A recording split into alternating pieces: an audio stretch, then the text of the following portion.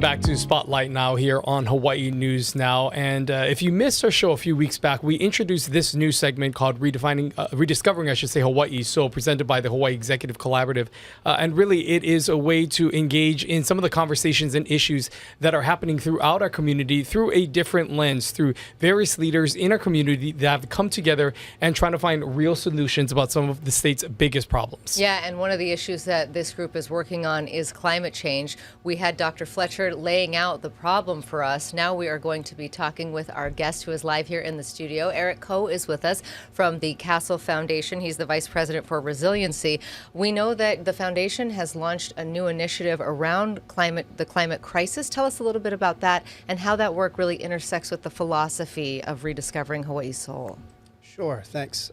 So I'm with the Harold Castle Foundation, and this summer I'm very happy to report that we launched our first giving priority in over 20 years, and that is a climate adaptation strategy.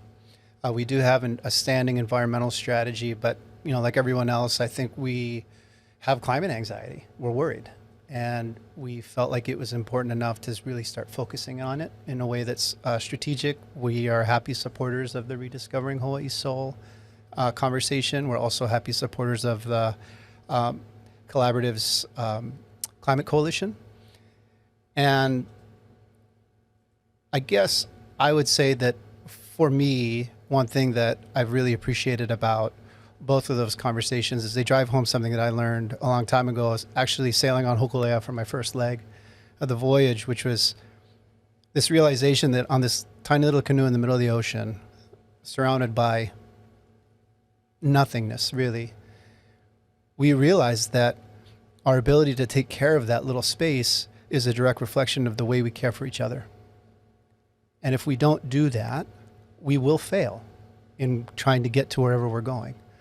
And so for us, it was an easy decision to really both support and engage in both conversations. Yeah, if you can talk about what that practically looks like for the organization itself by making this a priority within the organization structure and some of the conversations that were had at that level to really engage not only your workers, but just the community as a whole.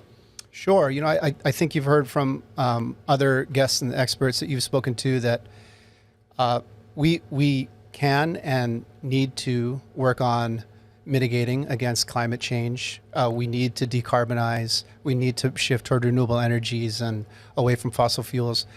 But frankly, our sea levels will rise. Our storms will get more intense regardless. And so this emphasis on climate adaptation was really about how do we recognize that and be prepared in a way that's inclusive. And I think for me, that's where RHS is particularly powerful, is this idea that, I think we're all recognizing that it's going to have to start with building trust. It's going to have to start with coming to common understandings about things, which then position all of us toward shared action. Tell us a little bit about the idea of indigenous knowledge and how we can make sure that that is part of the conversation when we talk about these adaptations. What can we learn from the past? You referenced your experience on Hokulea, but tell us about how that fits into the larger context of this conversation about adaptation. Well, I think whether you're talking about Western scientific data or traditional Hawaiian empirical based wisdom, it would be silly to throw away thousands of years of knowledge. And that's, for a culture that is inextricably intertwined, that's evolved with an intimate relationship to these islands, that is a huge, leg up on understanding, okay, well, for example, the Kaulana Mahina, the Hawaiian moon calendar, understanding when it's good to do things, fishing or planting, when it's not, when things go like the kolea, when they come back, when the whales come, understanding our environment to that degree is not only important in being able to safeguard it for us and those other animals, but it's also becomes a critical first step to understanding the changes. Why are the kolea not going anywhere anymore? Where are the whales this time? How come they're not here? So being that kilo, being that observer, I think is really powerful. And thankfully, I'd say ever since 70s and 80s, we have practitioners across the state that understand our resources at such that intimate, traditional level that we really need to support so they can share. Yeah, do you think that that is a voice that has been not necessarily neglected, but maybe just overlooked in the past? Where, when we're hearing a lot of these conversations about how we look at some of these issues now, we're hearing just a lot of ties to the importance of the indigenous people, the Native Hawaiian community, how things were done back then. What do you think is changing in the conversation now that is sparking this interest and renewed interest into how things were done in the past? We're not well. I mean, we're fortunate in Hawaii, right? There's so many good people doing good things for each other, but now that it's go time. These are pressurized times.